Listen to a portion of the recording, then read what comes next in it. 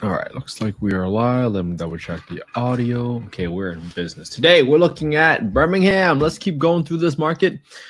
We're going to learn a little bit more today. We're looking at properties up to 400, 4 bedrooms, up to 200 grand. Oh, this one went contingent. Interesting. Oh, it's been on the market for a while. 216 days. What happened to this deal? They've been dropping from 205 grand since January all the way to 188. Interesting. So this tells me where the market is. Somehow someone just decided to kind of pull the trigger. I'm assuming they did a big renovation here, or somehow it was maybe a flip. Okay, that's no problem. Let's go ahead and analyze this deal. So maybe someone bought this property as a primary residence. So this property looks renovated for the most part.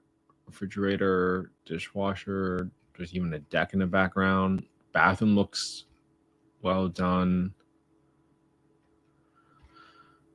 Okay. All right. Well, this looks fine. So let's go ahead and analyze this deal and try to get the rent. So for the property on this, for the rent on this property, the first thing you need to do is look up the county. Where's the county? Jefferson County. So the first thing we're going to do is we're going to Google HUD FMR. When you go HUD FMR, you can click on the first link, right? FMR stands for Fair Market Rents. And you're going to come down here and scroll to access the small area FMRs. When you click on look up FY 2025 FMRs, you can click on Alabama, and you can click on Jefferson County, and you can go to 35214. And in 35214, you're going to see right here that the rent ceiling for a 3-bed is $1,420 and a 4-bed is $1,580. All right, so now 1580 and 1420, 1580, 1420. This is in 35214. And I'm writing down all these numbers because I know my partners already know how I analyze deals. So this is just a faster way for them to understand, hey, where am I pulling my data points from? Now, the next thing I want to do is I need to compare my rent ceiling against my market rents because I have to take the lower of the two because that's how you determine what is the more reasonable rent in the situation. So when you go to affordablehousing.com, hey, Sean, thanks for joining live. We're going to go to owners, and then we're going to go to market rent estimator, and we're going to plug in the address, and we're going to plug in the bedroom count. And now when you click on get estimate, the number you're going to care most about here is, hey, Andy, thanks for joining. Appreciate it. The number you're going to care most about here is this number on the bottom right. It says that for 25 units within a 3.09 mile radius, the average rent is $1,434. Okay, $1,434. Let's go ahead and write that down. $1,943 for the county, $1,434 for the 3-mile radius, $1,536 for the city, and then the zip is 1692. Okay. Now that you got the radius of 3 miles, let's just keep it 3, keep it simple. The lower of the two has to be 1434, right? Not 1580. And typically your fair market rents or your payment standards usually also include utilities. So if you don't provide utilities, you have to back out the utility allowances from your rent ceiling. Now, I'm going to show you one thing. I'm going to show you the rent reasonableness test and the language behind it. And right now I'm pulling up the Housing Choice Voucher Program Guidebook. Okay, the Housing Choice Program Voucher Guidebook essentially is the, pull this up, pull this over here. Housing Choice Voucher is what was previously known as the Section 8 program. Okay, hey man, thanks for joining live.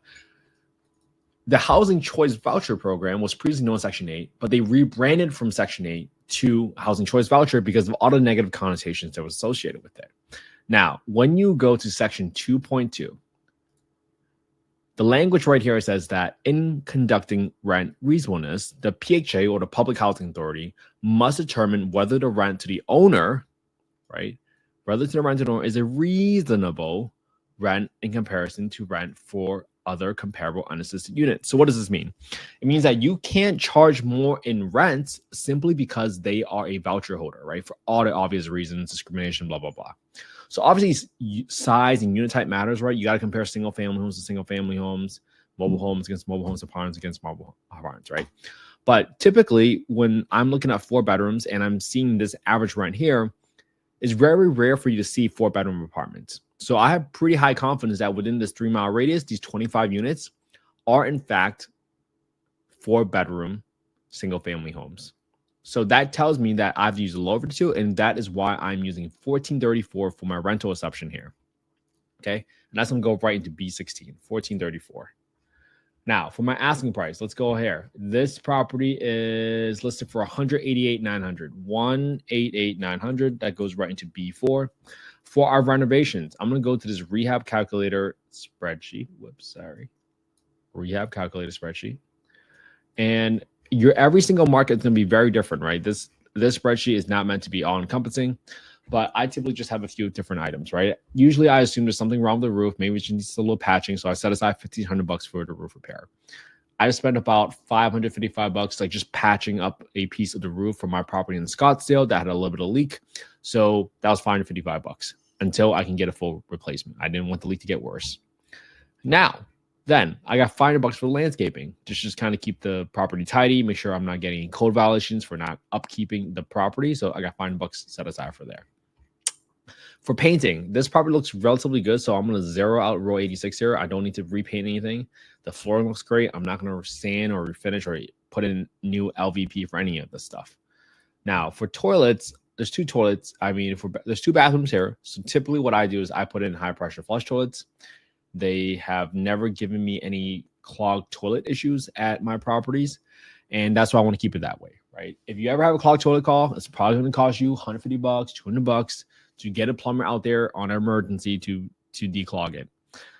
I would much rather pay $450 and never have to waste the time or energy to declog the toilet. So that's why I put in high pressure flush toilet. That's a personal preference. You definitely do not need to do that, right? You definitely do not.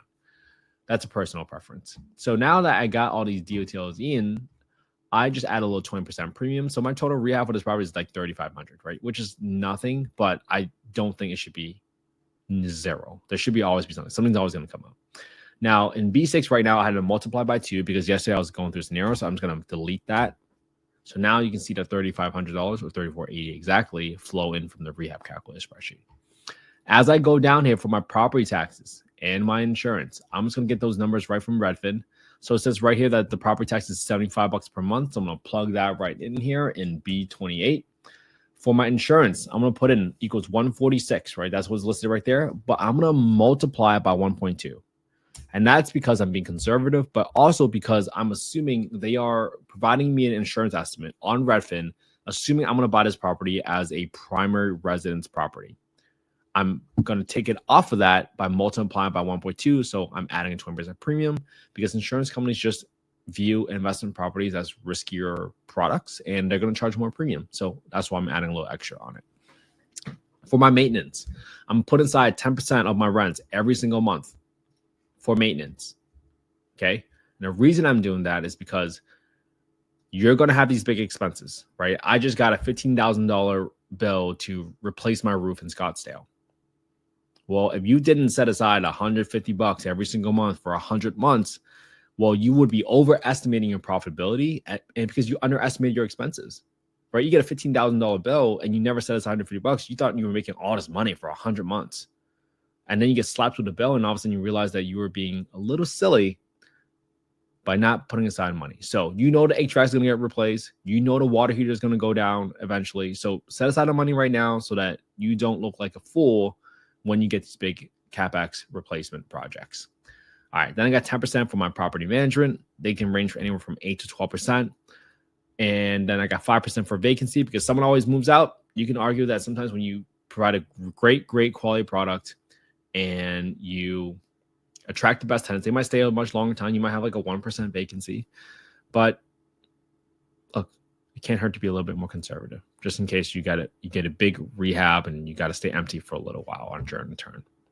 All right, so now for my down payment, I'm going to put in F19 25%, and my down payment is going to in E19 is going to equals to B4, which is my listing price, multiplied by my 25% down payment, and that's going to give me $47,225. My closing cost for 2.5%, that's $4,700 in E22. And then for my renovation reserve, that's $3,500 that we talked about earlier. for my financing amount, I'm going to go to K6 and I'm going to do equals my asking price minus my down payment amount in E19. So I'm going to be financing $141,675. And now if I bump this up to roughly around 8% interest rate, even though they're going down, I'm going to stay a little conservative here. 8% is probably right for a DSCR loan, a debt service coverage ratio loan.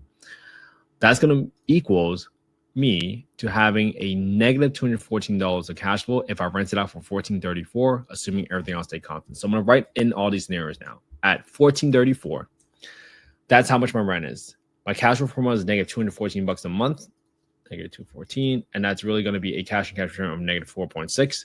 So for me, that is personally not a deal, right? That is not a deal. I do not want to be in a deal where I am negative cash flow every single month. Now, let's assume $3,500 rehab, 25% down, 8%.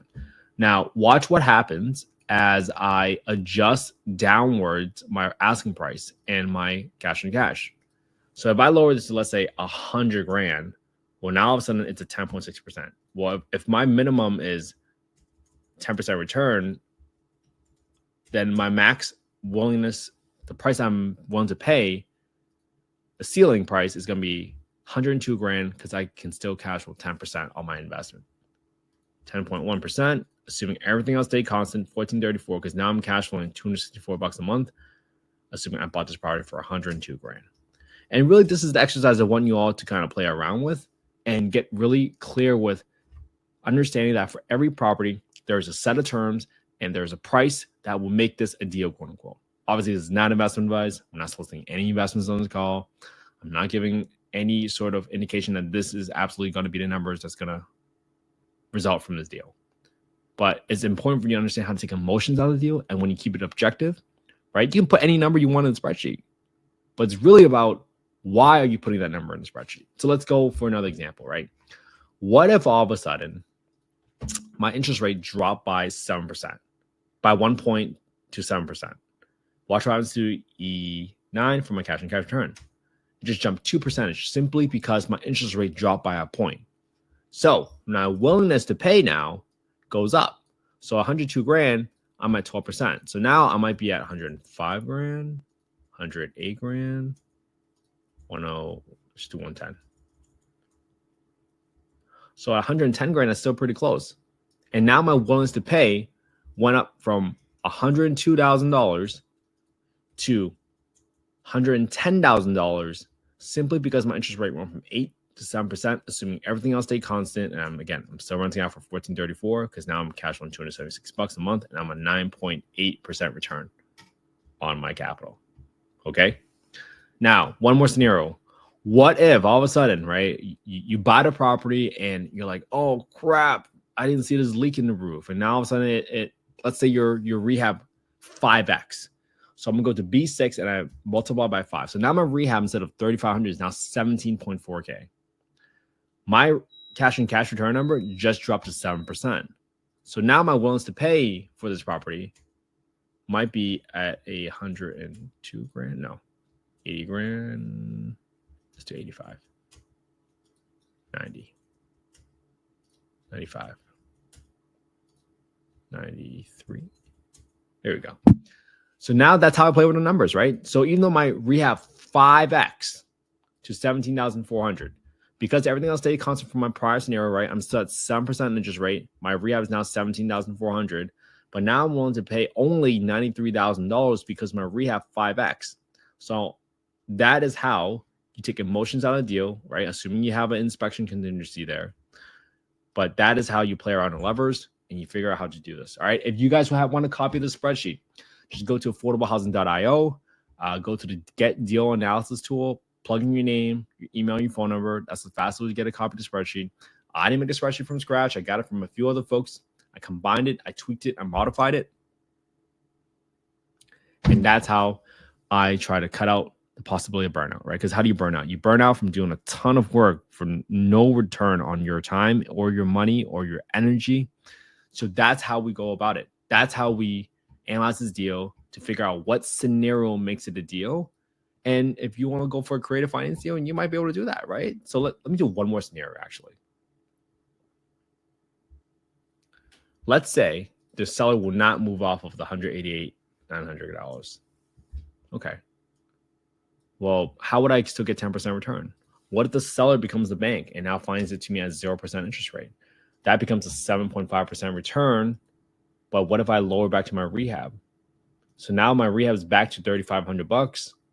My asking price is still 188 grand, but I'm asking the seller to finance it, and maybe I'll lower the down payment to 20%. And now all of a sudden, at $188,900, right? Same purchase price. I can still achieve the same cash and cash return of 10.6% return if I do 20% down, $3,500 rehab, and I'm still at 0% interest rate. Because now I'm cash flowing $406 a month, and I'm still renting out for $1,434 based on the month. And that's how you figure out how to offer creative finance deals, right? If you want a seller finance deal, they will say, hey, I can't give you $188,000 because if I go out there and get an 8% loan, I can only give you $102.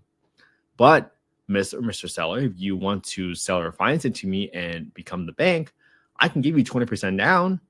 So you have money in your pocket today, but I need you to give me principal only payments, right? You don't really say 0% interest rate because it sounds really bad, but that will be principal only payments, and that will still achieve the same return, right? Again, this all depends on your own situation. Some people just don't even care about cash flow, right? They say, hey, if I can make 5% on a $1 million property every single year, well, that's like 50 grand almost. Well, in that scenario, guess what? You might make more than $400 per month, right? Just depending on how much appreciation you get. Even though that's very speculative, very risky. That's why you got to talk to your own investment professionals. It's not investment advice. All right. I hope you all have an amazing Wednesday. I hope you guys spend some quality time with your family and friends today, because that's what life is all about. All right. You guys want a copy of the spreadsheet? Just go to affordablehousing.io, get a copy of the spreadsheet, and DM me anytime you guys have any questions, right? I'm here. I'm accessible. Check all my DMs. So I hope you all have an amazing day, and I'll talk to you all again tomorrow. Sean, Tanika, Vernio, Andy, thanks for staying through the live and through the end. I really, really appreciate it. I love the support. I love the company, first and foremost. Thank you so much. Have a good one, everybody.